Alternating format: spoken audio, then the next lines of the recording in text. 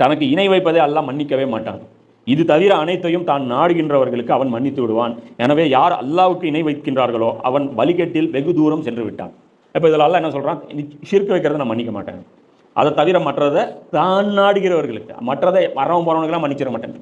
அதுலேயும் அவன் என்ன தப்பு செஞ்சான், என்ன சூழ்நிலையில் செஞ்சான், செஞ்சவனுடைய ஈமான் எவ்வளோ, அவன் எனக்கு எவ்வளோ பயந்தான், இதெல்லாம் பார்த்து அல்லாஹ் ஜஸ்டிஃபை பண்ணுவான்.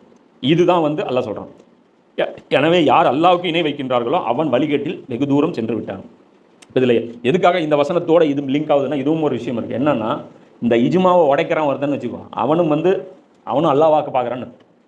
உலகமே சேர்ந்து மாங்கான்னு ஒத்துக்கிட்ட விஷயத்த அதுதான் தேங்கான்னு சொல்லி மாற்றினானா, அப்போ அவன் யார்?